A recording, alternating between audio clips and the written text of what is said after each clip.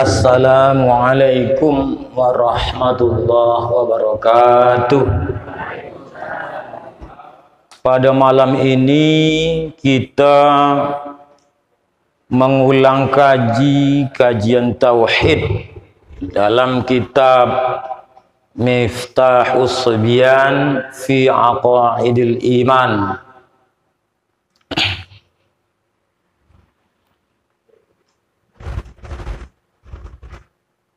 Pada menceritakan sifat yang wajib bagi Allah Subhanahu wa taala, qudrah. Qudrah termasuk sifat yang wajib bagi Allah dan termasuk dia sifat ma'ani yang nomor satu di antara sifat ma'ani itu. Qudrah yang pertama yang disusun dalam pembahasan dalam setiap kajian yang disampaikan. Qudrah nomor satu, kemudian iradah dua,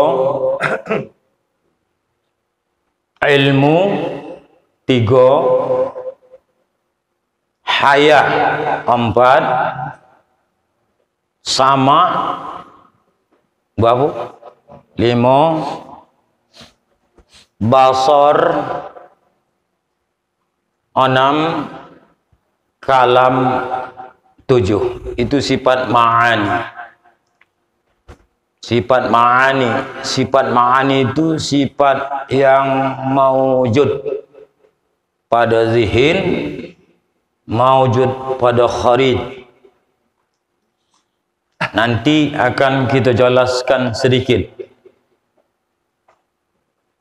Sifat nafsiyah itu sudah selalu kita bahas. Demikian juga sifat salbiyah. Baiklah, kita mulai saja dengan mengucapkan basmalah. Bismillahirrahmanirrahim. Qala al-muallifu rahimahullahu ta'ala wa nafa'ana bi'ulumihi fid dharaini amin. Thumma qala Allahumma hidayatan lis-shawab ya rabbal alamin. Yang ketujuh, qudrah, kuasa Allah Subhanahu wa ta'ala, lawannya al-ajuz, artinya lemah Allah ta'ala daripada menjadikan mungkin barang mungkin ada ia, yaitu mustahil. Qudrah bahasa Arab, diartikan bahasa Indonesianya kuasa atau kuaso, bahasa gitu. Lawan daripada qudrah itu di dalam kitab ini disebutkan lemah. Menurut Bapak Ibu sekalian, kuaso lawannya lemah. Kira-kira cocok tak? Hah? Cocok tidak? Udah terjadi ikhtilaf. Kuasa lawannya lemah. Itulah hebatnya ulama. Memang tidak juga dikatakan salah. Kuasa dia lemah. Nah, itu kan dah biasa perkataan orang awam. Ya. Lemah betul kau pula. Itu je pun tak bisa. Nah, itu je pun kau tak mampu. Membetul kau lemah. Itu maksudnya lawan daripada kuasa tu. Tetapi kalau kita tilik, lemah itu seolah-olah ada tidak tenaga. Hah? Ada juga. Tapi lemah. Tapi yang lebih berlawan lagi kuasa, lawannya tak kuasa. Jadi kalau kuasa lawannya lemah, maka dikatakan diddun, tidak 100% berlawanan. Kuasa lawannya tak kuasa. Jadi semua sifat kamalat, sifat kesempurnaan Allah Ta'ala yang tak terhingga banyaknya itu, yang wajib kita mengiktikadkan, meyakini secara global, secara umum. Satu, bahwa sifat kesempurnaan Allah, sifat kamalat itu sifat kesempurnaan. Sifat kesempurnaan Allah Ta'ala itu tak terhingga banyaknya. Wajib kita beriktikad seperti itu. Semua sifat kamalat, kesempurnaan Allah Subhanahu Wa Ta'ala itu, semisal kuasa, kudrat, wajib kita beriktikad. Tidak kita batasi. Sifat kesempurnaan Allah Ta'ala itu tak terbatas, tak terhingga banyaknya. Itulah iktikad kita secara umum. Yang mustahilnya pun tak terhingga juga banyaknya. Lawan daripada sifat kamalat. Lawan daripada sifat kesempurnaan Allah Subhanahu Wa Ta'ala. Yang mustahil itu jangan kita beriktikadkan seperti itu. Allah wujud, berarti Allah ada. Lawan ada, tidak ada. Maka kita tidak boleh mengiktikadkan tidak ada itu. Yang wajib kita iktikadkan ada. Apanya yang ada? Allah Subhanahu Wa Ta'ala. Sifat nafsiyah itu namanya. Kenapa dikatakan wujud itu sifat nafsiyah?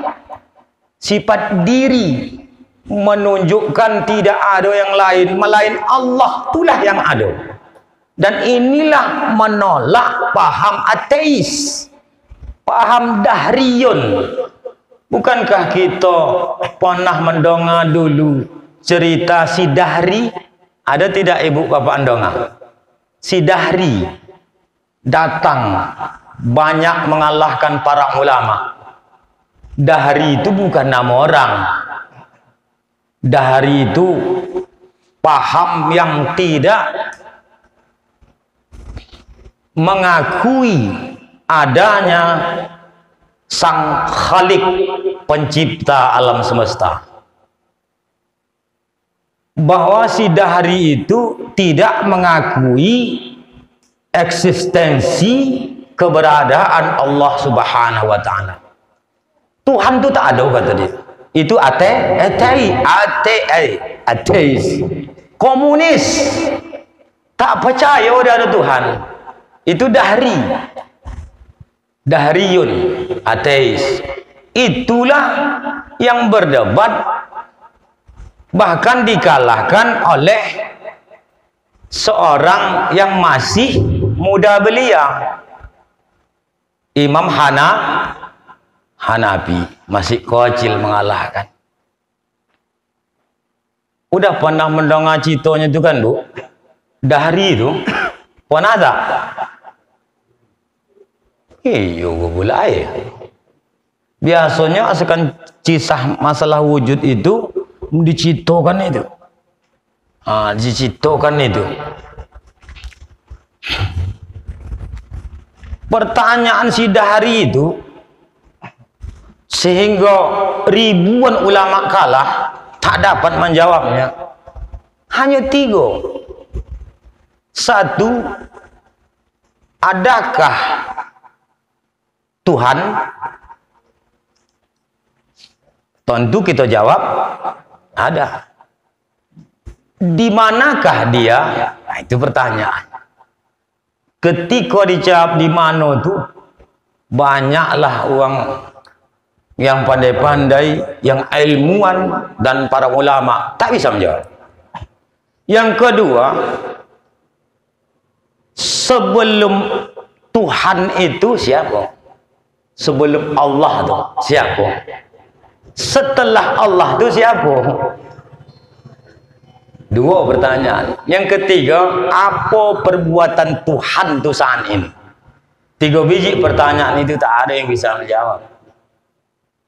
Tinggallah satu orang guru dari guru anak kecil nih tadi. Itulah bermimpi dia pada malam hari.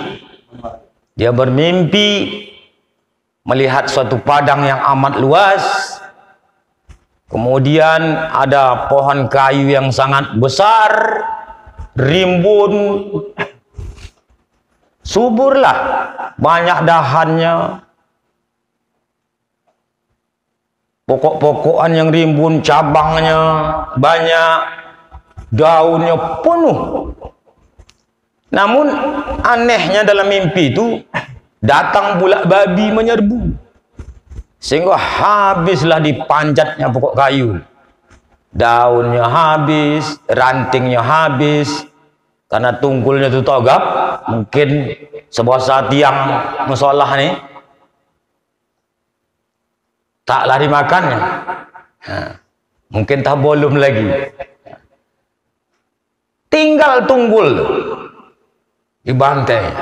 Anehnya lagi, setelah itu pecah itu tunggul, keluarlah harimau.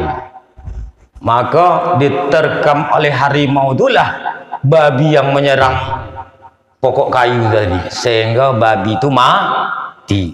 Dia pun tersentak lah. Datang anak kecil di sekitar usia 8 tahun lah. Wahai tuan guru, apa nih mau nungkan nih? Tadi malam aku mimpi sebagaimana yang diceritakan tadi. Kalau izin Tuhan, insya Allah saya akan takbirkan mimpi itu. Eceknya di apa kan?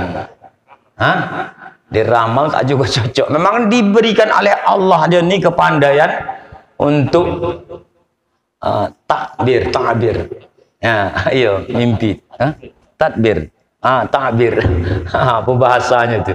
Sehingga bisa apa maksud mimpi itu. Cobalah. Mudah-mudahan ada hikmahnya. Adapun padang yang luas itu adalah agama Islam. Adapun pokok kayu dan cabang-cabang yang banyak, daun-daun yang rimbun itu tadi, itulah para ulama.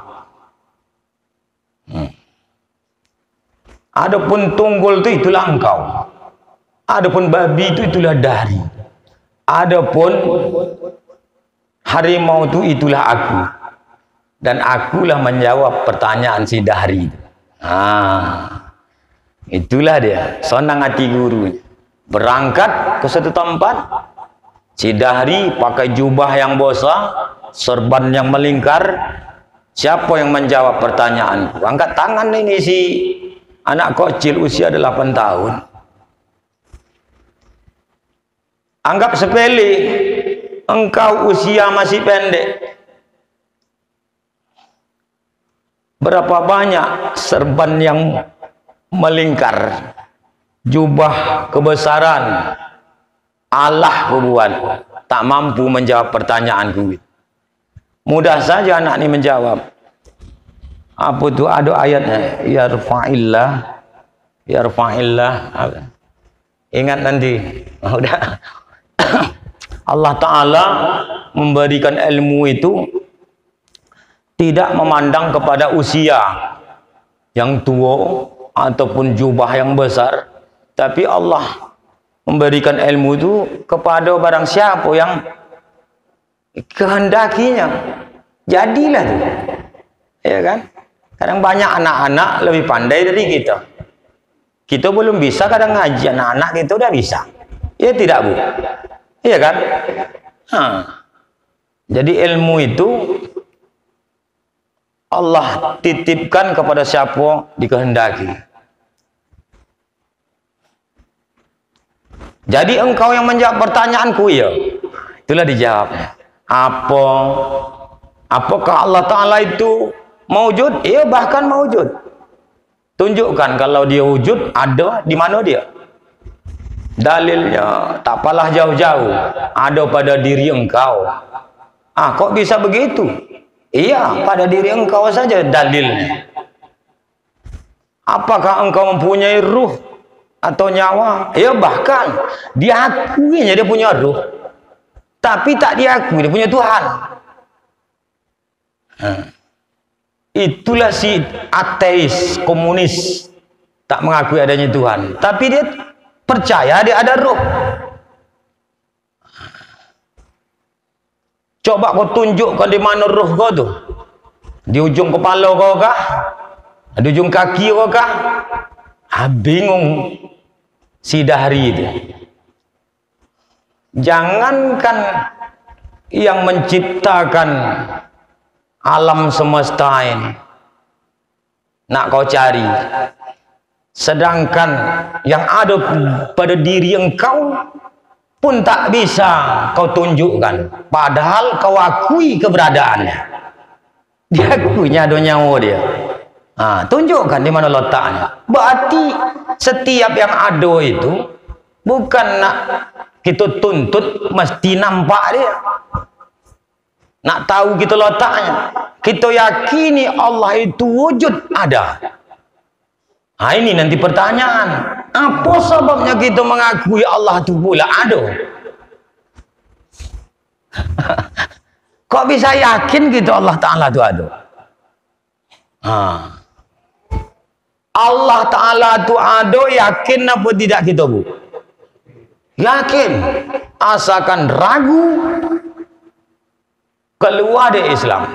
Zon, keluar dari Islam. Apalagi waham, keluar dari Islam. Zon waham pada ketuhanan tak diterima. Tapi bisa yakin, padahal nampak kita tidak Tuhan. Tak nampak. Ngapa kita yakini adanya? Si Dahri tak dapat menjawab. Jangankan yang menciptakan, yang nak kau tengok di mana tempatnya, yang diciptakannya saja kau tak dapat menunjukkannya. Itu. Kemudian diambilnya, tak tolong si anak ini ambilkan susu satu satu bolas lah. Nih yakini susu ada lemaknya, ada manis. Yakin gitu ada lemak, ada manis. Coba kau ambil manisnya, tinggalkan lemaknya. Atau kau ambil lemaknya, tinggalkan manis. Kau ateis. Berat koji. Wah, udah mulai malu. Tak ada yang menjawab seperti itu. Menjawab sama orang yang tak mengakui adanya Tuhan tak bisa pakai dalil Al-Quran yang dia tak percaya. Makanya kisah-kisah lucu kalau kita nak berdebat kepada orang yang bukan Islam, dia mengejek uang kita. Coba tengok orang Islam tu, dia buang angin, mukanya dibasuhnya.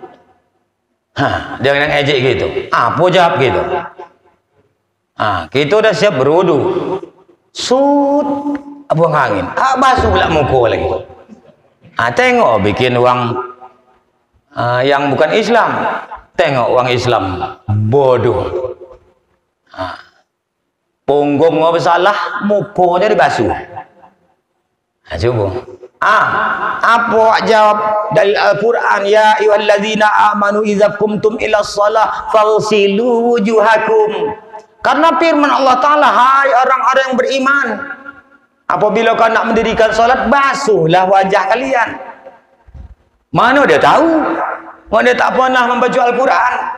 Ya tak? Jadi ada yang menjawab gini, iya, kalau kami memang begitu. Kalau kami buang angin, kami basuh muka. Kenapa? Coba nanti ada Pak Presiden datang, kau sebelah muka, kadongan kau tutup kontut, buang angin kau di situ. Yang ditutup apa? Punggung kau ditutup apa muka? Muka ditutup karena malu. Maka itu dibasuh muka tu. Itu jam cocok. Kok kita kok malu? Kita buka banyak cip. Gitu. Tak sengaja. Berarti maka dibasuh muka. Walaupun itu bukan alasannya. Kalau kita nak berobat sama orang yang bukan Islam. Itu sidari. Jadi sifat wujud inilah yang menjawab nanti pertanyaan ateis. Kita yakini betul, jangan kita ragu.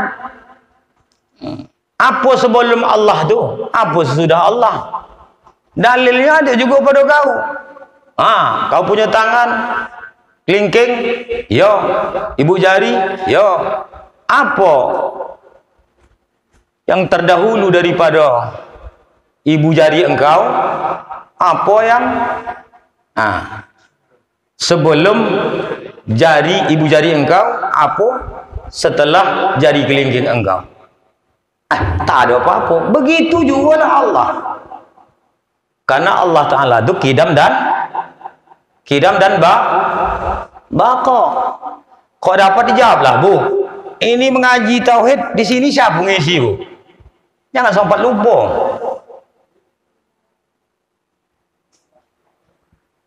Ada Allah Ta'ala itu kidam dan bako. Jangan sempat lupa. Mang lama tak mengaji tauhid. Jangan lupa. Kalau tak ada pondasi tauhid, ya Allah, lolap gitu. Kemudian terakhir, apa perbuatan Allah Ta'ala saat ini? Kau ini terbalik. Seharusnya yang bertanya di bawah, yang menjawab di atas. Iya pula, kata Dahri.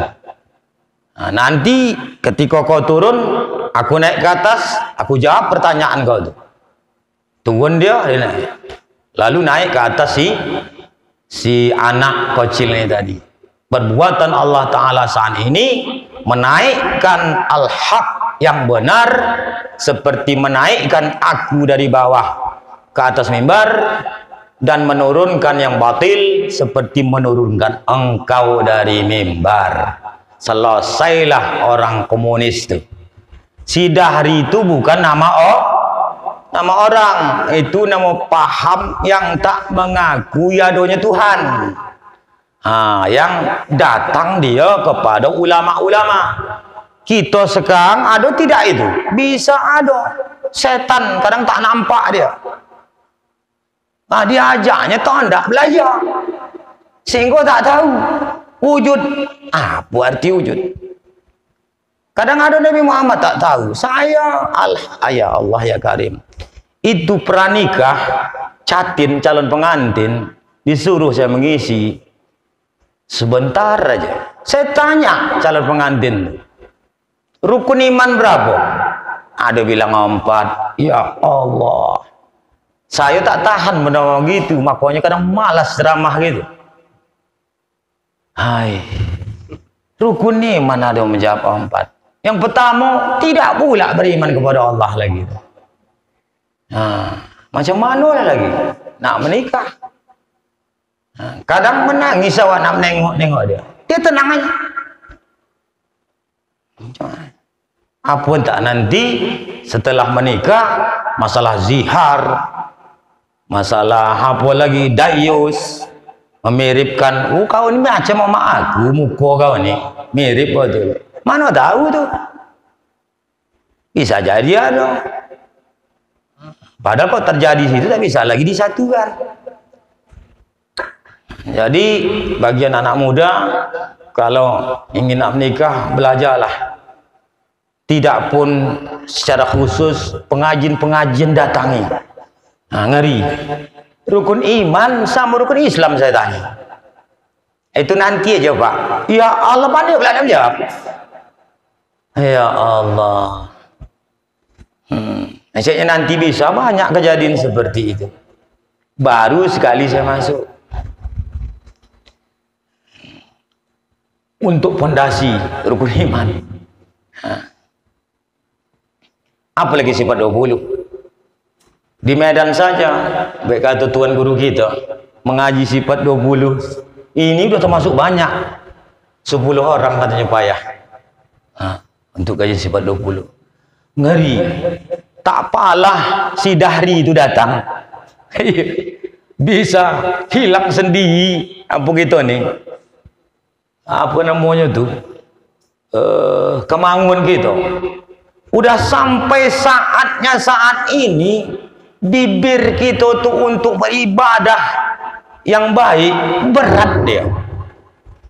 Kadang-kadang diibaratkan lebih mau dia disuruh mengangkat gunung Uhud tuh daripada berzikir enggak 1 jam. Mau dia pilih mengangkat itu. Sagikan bawatnya. Macam cito apa namanya kalimatani itu selalu saya ulang. 2 kalimat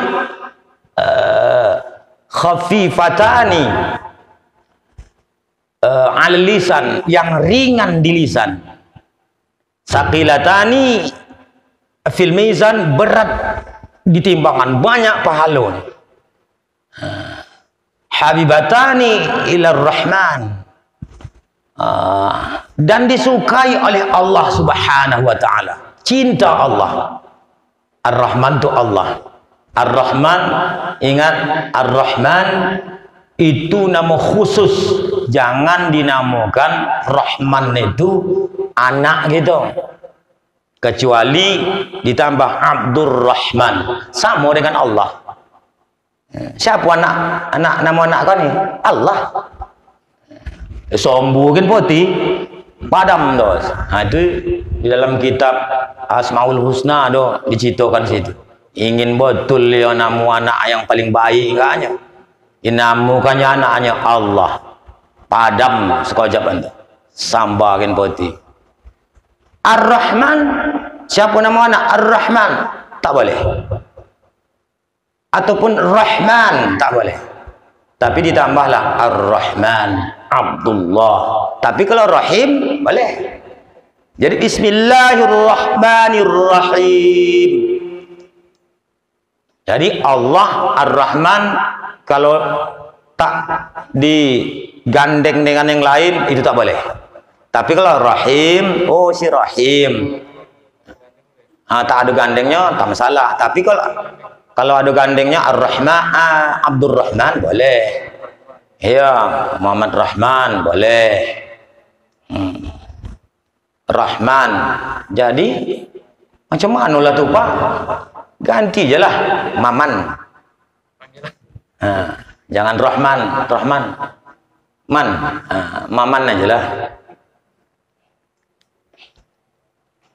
Tapi bahasa Indonesia awak biasanya Rahman. Ini kok bahasa Arabnya Rahman, kita boleh. Itu nama Allah. Ibu rahimakumullah, itu sejenak sekilas. Jadi yakini betul Allah itu ada. Kenapa pula bisa kita yakin? Mana dalilnya? Itulah nih baharu alam nih. Itu kan tempoh hari kan. Baharu alam nih, ada alam nih.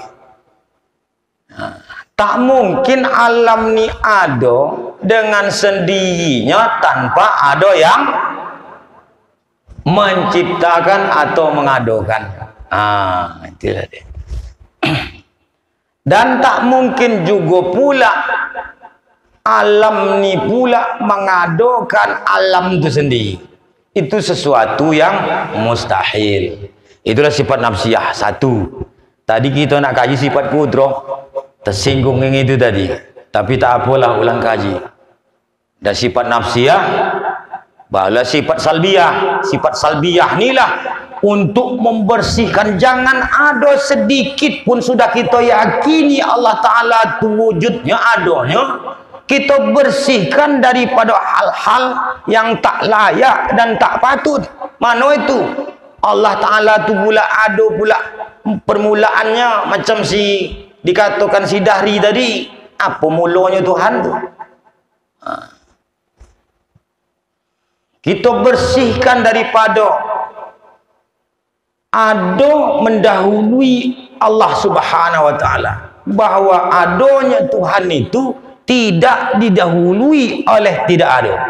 Maka dikatakan dia bersifat dengan qidam, tak ada permulaan adanya. Jadi yang kita nafikan mana? Kita tolaklah Allah Ta'ala itu baharu. Adanya Allah Ta'ala tidak sama dengan kita. Adanya Allah Ta'ala itu tidak binasa. Artinya ada kesudahannya. Ada kesudahannya itulah yang kita tolak. Bersamaan Allah dengan kita itulah yang kita tolak, yang kita nafikan. Itulah sifat salbiyah, itu menafikan barang yang tak layak dan tak patut bagi zat Allah. Qidam menafikan baharu Allah Ta'ala. Bapa menafikan binasa Allah Subhanahu Ta'ala. Mukhalafatu Ta'ala li hadis menafikan bersamaan Allah Ta'ala bagi sekali yang baharu. Qiyamu Ta'ala binafsi menafikan Allah Ta'ala berkehendak kepada tempat ataupun berkehendak kepada yang menjadikan. Pengertian qiyamu ta'ala binafsi ini dua. Satu, berkehendak, tidak berkehendak kepada zat karena dia zat, tidak berkehendak kepada yang menjadikan karena dia yang menjadikan. Allah Ta'ala tu esa. Esa inilah menolak tak esanya Allah Subhanahu wa Ta'ala. Dengan kita yakini qidam bapa mukhalafatu ta'ala lil hadis qiyamu ta'ala binafsi, maka tertolaklah lawannya itu. Jadi qiyamu sifat salbiyah itu membersihkan dia, barulah masuk kepada sifat ma'ani. Itulah dia tadi kudrah. Mustahil Allah Ta'ala itu lemah. Tidaklah Allah Ta'ala itu lemah. Kira-kira bu, apa yang saya cakap tadi paham enggaknya?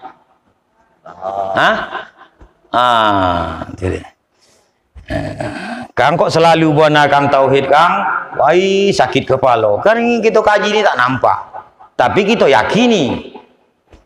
Karena yang tak nampak itu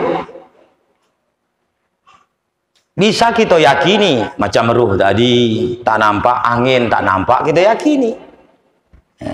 Allah tak nampak, kita yakini bahwa Allah Ta'ala itu ada. Dah, kita lanjutkan sedikit.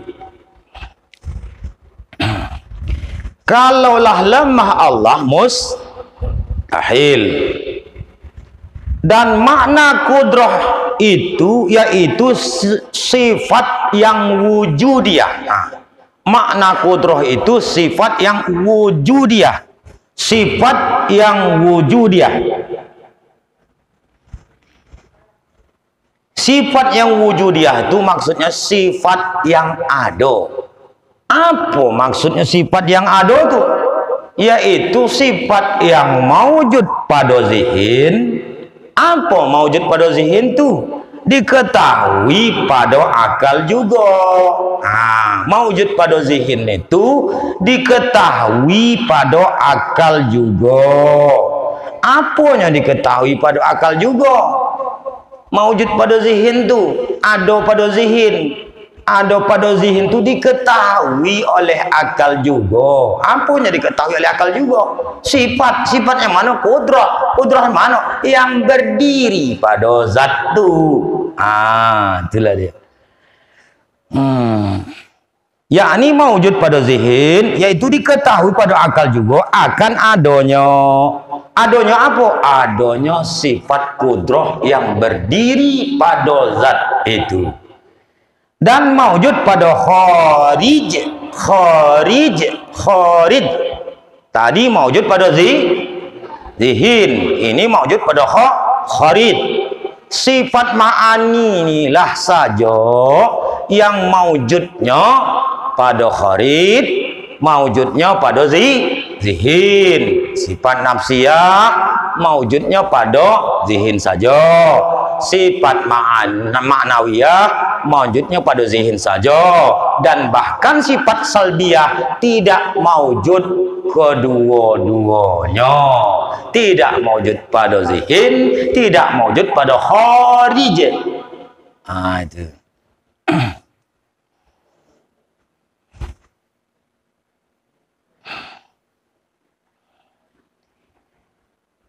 Dan maujud pada kharij.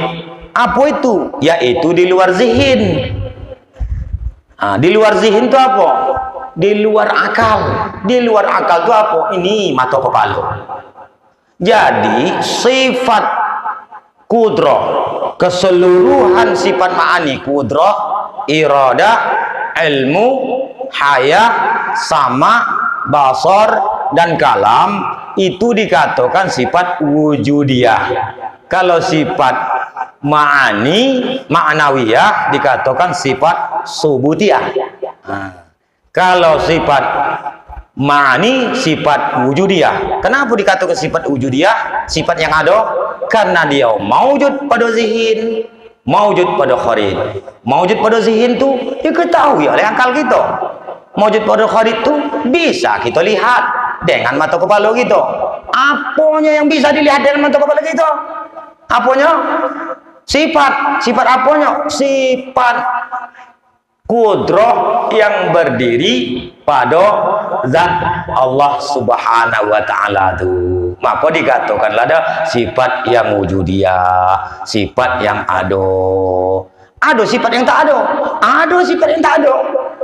Mana dia? Itulah dikatakan sifat salbiyah. Ngapa dikatakan sifat tak ada? Karena sifat itu tidak berdiri pada zat, tapi Allah wajib bersifat dengan dia sifat itu. Misalnya apa? Kidam. Kidam apa artinya? Sedia. Sedia itu tidak berdiri pada zat, tapi Allah wajib bersifat sedia. Karena arti sedia itu apa? Tak ada permulaan. Allah tak ada permulaan. Maka kita mengubahkan Allah tak ada permulaan. Tak ada permulaan itu tak berdiri pada zat. Tapi kalau kudrah berdiri dia pada zat. Itu dia. Maka dikatakan sifat salbiyah itu sifat yang adamiyah. Sifat yang adamiyah, sifat yang tak ada tapi bukan dia nafi. Adam belum tentu dia nafi. Sifat yang tak ada tapi dia tidak dinafikan. Allah wajib bersifat itu, tapi sifat itu tidak berdiri pada zat. Dia hanya mengkhabarkan bahwa Allah itu tidak dia bersifat bahwa Allah Ta'ala itu dia kidam baku mukhalafatu ta'ala hadis kiamu ta'ala bidafsih wahdaniyah. Beda dengan sifat ma'ani. Sifat ma'ani itu sifat yang wujudiyah. Sifat yang wujudiyah tadi apa namanya? Sifat yang wujudiyah artinya sifat yang ada. Sifat yang ada itu maksudnya macam mana? Maujud dia pada zihin. Maujud pada zihin itu apa? Diketahui oleh akal kita. Dan maujud juga pada kharij. Di luar zihin. Maksudnya bisa dilihat dengan mata kepala. Apanya bisa dilihat? Sifat tuh yang berdiri pada zat tuh. Dah, itu pembahasannya. Kobas kepala, tidak? Tidak, Bu? Tidak, Allah. Kalau dah biasa mendonganya tak apa-apa, tapi kok belum biasa, moh kita biasa kan. Nih. Dah, nanti disebutkan tugasnya. Maujud pada zihin yaitu diketahui pada akal juga akan adanya, dan maujud pada kharij yaitu di luar zihin. Lagi qadimah. Qadimah. Arti qadimah itu tidak ada permulaannya. Apa yang tidak ada permulaannya? Sifatnya. Sifat apa? Sifat ma'ani itu. kudrah, iradah, ilmu, hayah, sama, basar, kalam bersifat dengan qidam itu juga. Tak ada permulaannya, tak ada permulaan kudrahnya, tak ada permulaan iradah, ilmu, hayah, sama, basar, kalam.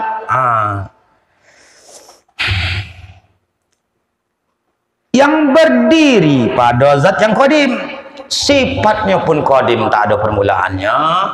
Berdiri pula pada zat yang qadim, tak ada permulaannya, sifatnya tak ada permulaan, zatnya pun tidak ada permulaannya, zat dan sifatnya qadim. Dengan dia mana?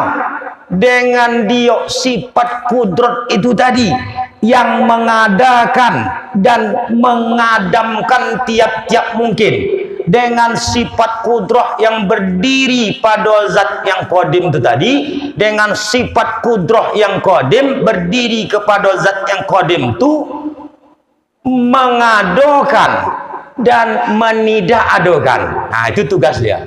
Mengijadkan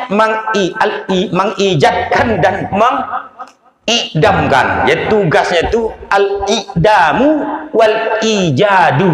Nah, itulah tugas kudrat. Mengadakan daripada tidak ada kepada ada, dan mentidakadakan yang ada itu kepada tidak ada.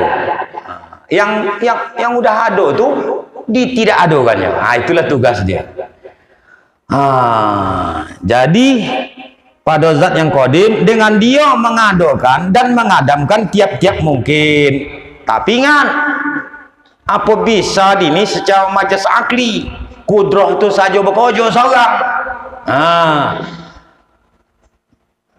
Mengadakan dan mengadamkan tiap-tiap mungkin atas muwafaqah, atas mufakat iradatnya.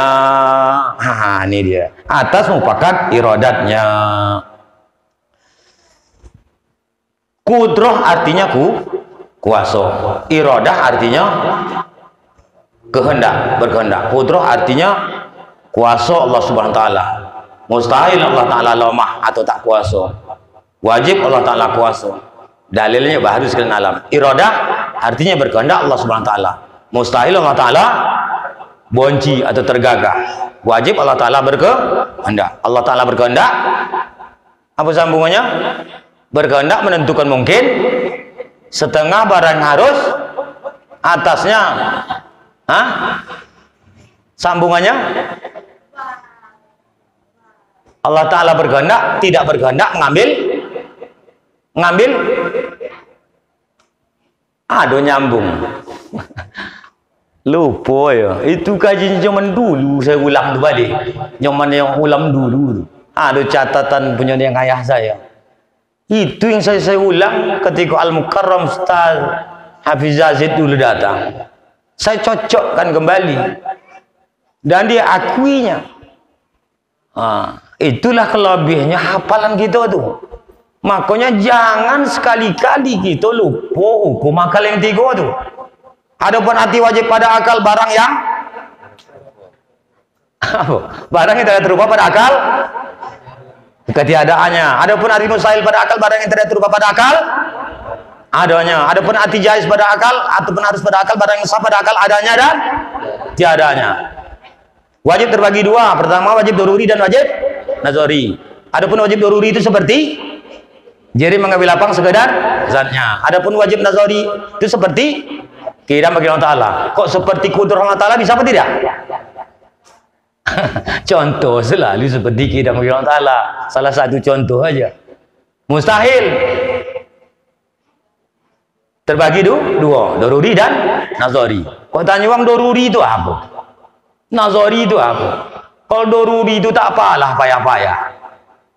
Tak ubahnya sembayang 5 waktu nih, uang Islam daripada budak kecil sampailah tua bangka, sangat sedikit tak tahu itu wajib 5 waktu saya semalam, ya tak? Jangankan uang Islam sendiri, uang yang bukan Islam pun tahu solat 5 waktu itu adalah solat fardu. Makanya al-maklum minat di bid-darurah. Maka setiap itu kalau kita tak yakini, menyangkal kita akan kewajibannya, maka dihukumi kafir. Karena semua orang dah tahu. Apa tak ngoi? Ya Allah ya Karim. Itu hukum akal. Adapun mustahil daruri seperti sunyi. Sunyi jirim daripada bergerak dan diam. Sunyi jirim daripada bergerak dan diam, tidak bergerak, tidak pula diam. Mustahil nazari seperti syirik bagi Allah Ta'ala.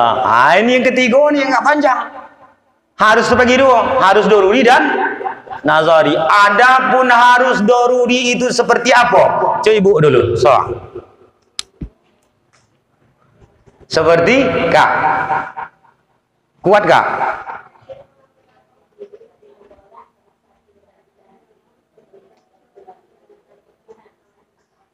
Tak sampai salah kembali suara. Ya.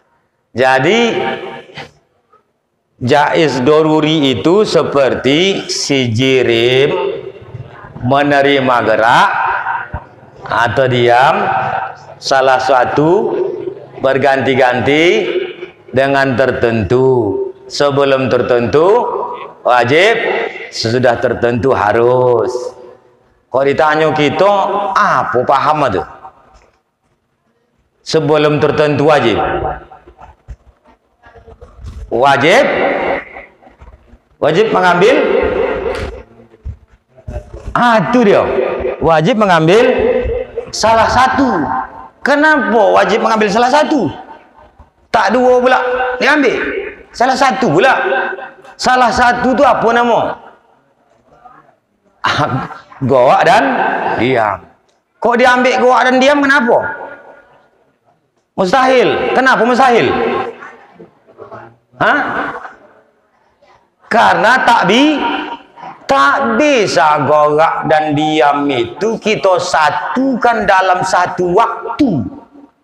Gerak dan diam berhimpun satu waktu sekali timo tak bisa. Maka wajib dia tu wajib menerima salah satu. Kalau tidak gerak, diam. Tertentulah geraknya, maka haruslah diamnya, ataupun harus juga geraknya. Tertentulah diamnya, maka haruslah geraknya. Maka sebelum tertentu wajib, sesudah tertentu harus. Dan harus nazari seperti Allah Ta'ala menyiksa orang yang berbuat taat dan memberi pahala orang yang berbuat maksiat. Memberi pahala orang yang berbuat maksiat harus menurut hukum akal, harus juga menurut hukum syara. Menyiksa orang yang berbuat taat harus menurut hukum akal, mustahil menurut syara. Kenapa mustahil menurut syara? Karena menyalahi janji. Kenapa menyalahi janji? Menyalahi janji kebaikan. Kau menyalahi janji kebaikan, kekurangan bagi Allah Subhanahu wa Ta'ala. Menyiksa orang yang berbuat maksiat itu menyalahi janji, tapi menyalahi janji keburukan bukan kekurangan, melainkan kelebihan. Menyiksa orang berbuat taat harus menurut syara, harus menurut akal, mustahil menurut syara. Itu jangan lupa. Itu jangan lupa. Payah itu tuh. Jadi itu dasar kita untuk mengetahui. Udah 9:30 udah buat.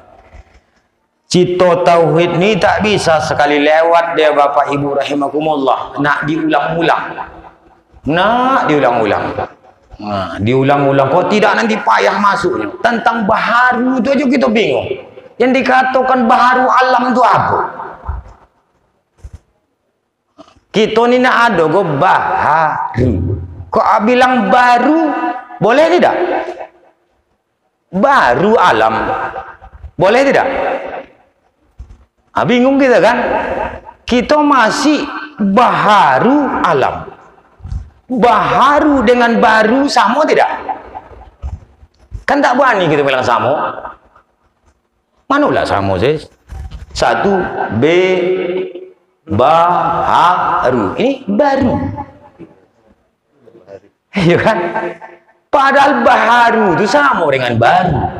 Kenapa dikatakan alam ini baru? Karena dulu tak ada. Setiap dulu tak ada, kemudian ada, daripada tak ada, itu baru. Baru semua baru sama. Cuman bahasa tu Arab Melayu, baru. Oh, si Polan tu baru datang. Baru muncul, itu bahasa sopan. Seperti itu. Ini kan, kok kita bilang gitu, udah ubah kajiannya. Misal, kudrat. Bilang kudrat. Dulu kudrat, ini kudroh belah. Coba. Makanya itulah polu gitu. Tu jangan belajar satu Jangan belajar satu guru. Maka saya sangat tak setuju kalau ada guru usah banyak-banyak pun tempat belajar.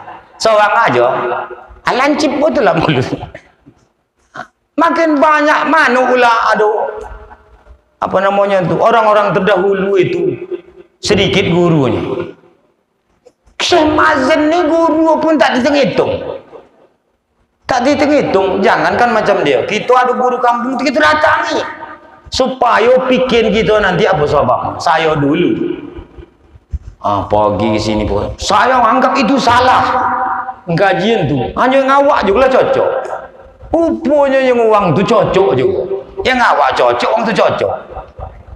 Kenapa? Karena kita tak belajar semua tu, buk sangko semua. Jangan sampai akhirnya kita berdosa. Itu taklid buto. Jadi belajar jangan satu guru kalau mampu. Kalau mampu dia enggak satu guru tak masalah. Tapi nengok guru lah, jangan guru membawa hanyut pula kita. Membawa takut kita kepada Allah. Belajar. Kenapa saya seperti itu? Kalau dihitung-hitung, kewajiban kita belajar ni kurang ibu bapa rahimakumullah. Macam anak sekolah tu cocoknya. Kalau kita seminggu sekali, kalau permasa berapa lama berjumpa sini permasa? Sebulan setengah baru berjumpa. Setahun kita belajar berapa kali? Sebulan sekali kita belajar hanya 12. Tak sampai 12 kali kita belajar satu bulan. Apakah kita dihitung belajar? Padahal belajar tu wajib. Masih banyak perlu kita belajar lagi. Maka saya pribadi, walaupun sudah saya mengajar ni, saya tetap bukan membanggakan diri, tapi mengajak ibu-ibu. Setiap jemaah yang saya isi, saya ajak dia ikut sama saya belajar. Termasuklah pada malam ini mengaji. Walaupun saya salah-salah juga. Yang dari Modang saya bawa ikut jemaah saya. Setiap malam minggu saya mengajar di sana dan saya ajak untuk tahsin di Bajak Sori. Allah datang. Alhamdulillah datang orang tu. Begitulah dia. Malam Senin saya ajak gabung sana. Mana tahu nanti entah saya tak dapat bisa bertanya sama anak murid awak sendiri. Ingat kau kajian ini dapat awak. Karena tak mampu kita itu mentransfer ilmu kita ini kepada ibu-ibu sekalian. Mana bisa untuk keseluruhan. Makanya dianjurkanlah ibu-ibu pun begitu juga, ajak kawan-kawan, terutama yang belum belajar. Tidak hanya di sini tapi di tempat mengaji, siarkan. Tapi jangan pilih-pilih guru supaya nanti kita itu bersih hati. Belum nanti kajian tasawuf kita. Maka selalulah saya bawa kajian tasawuf untuk melembutkan termasuk hati saya sendiri juga. Karena menengok ini, kalau kita membaca kitab, apalagi di dalam kitab Minyatul Musalli tentang orang yang tak salat, ya Allah ya Karim.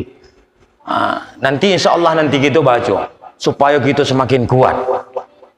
Bacalah nanti di kitab Minyatul Musalli tentang orang yang meninggalkan salat. Bahayanya teramat sangat. Efek samping yang tak sholat tuh, efek samping orang yang tak sholat tuh merembet kepada rumah-rumah kawan di pantai. Kalau ajak dia sholat kan dia marah kan. Seharusnya kita yang marah kepada orang tak sholat tuh. Bahkan pada tak tanggung jawab penguasa, kalau dibiarkan dibebankan kepada penguasa itu dosanya orang tak sholat. Bisa kita tengok nanti ke dalam kitab Minatul Musalli. Keras, keras, begitu kali kajinya. Seharusnya terbalik. Kita yang marah kepada orang tak salat. Kenapa dia tak salat? Apa sebabnya dia tak salat? Dia makan itu punya siapa? Punya Tuhan. Yang menyuruh salat siapa? Tuhan. Sadap aja dia tak salat. Pengaruhnya, dosanya, gara-gara dia, kita pula yang kono. Kenapa? Karena laknat Allah kepada orang tak salat tu. Apabila datang laknat Allah, bukan dia saja yang kono. Kita yang kono. Karena kita diam bukan dia. Itulah hajabnya kita, Bu. Maka kita ajak jugalah dia. Cuma yang kita takutkan nanti tentang taufik nih. Arti taufik tu al-qudratu ta'ah.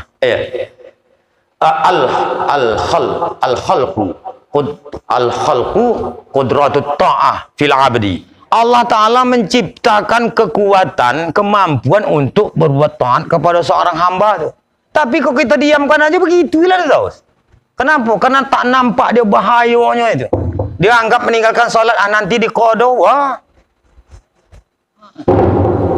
Bahaya amat sangat. Makanya kita ajaklah dia. Bukan kepada pribadi, kepada penguasa, termasuk Pak Kadis kono jugalah gitu. Termasuk saya juga, termasuk Pak Kadis juga, termasuk Bupati juga. Semua. Sampai sini sajalah dulu. Apalah kita panjang-panjang lagi, mudah-mudahan ada manfaatnya bagi kita. Badan saya pun agak tak sadap. Cuma itulah terakhir untuk menyemangatkan kita. Masalah kita ni begini-gini aja pula. Walaupun begini-gini, alhamdulillah. Dulu kan hutan di sini. Ini ada tapak kita belajar. Mendingan daripada dulu. Tapi isilah dengan pengajian-pengajian. Hadirlah. Kalau ada pengajian-pengajian sini, hadir terus. Kalau siang, Bu, bukan saya tahu anda di sini, saya dipanggil lah. Tak mungkin saya cocok-cocokkan diri. Saya di sanan pula disuruh, sanan saya ngisi. Nanti kalau awak nyelondong-nyelondong, zaman ini tahulah, Bu. Kau pandai-pandaian, nanti bahaya. Setiap hari pun saya mau, kadang kalau siang kan agak luang. Pokok kumpulkan sajalah. Kau dapat, saya tertarik kepada anak remaja.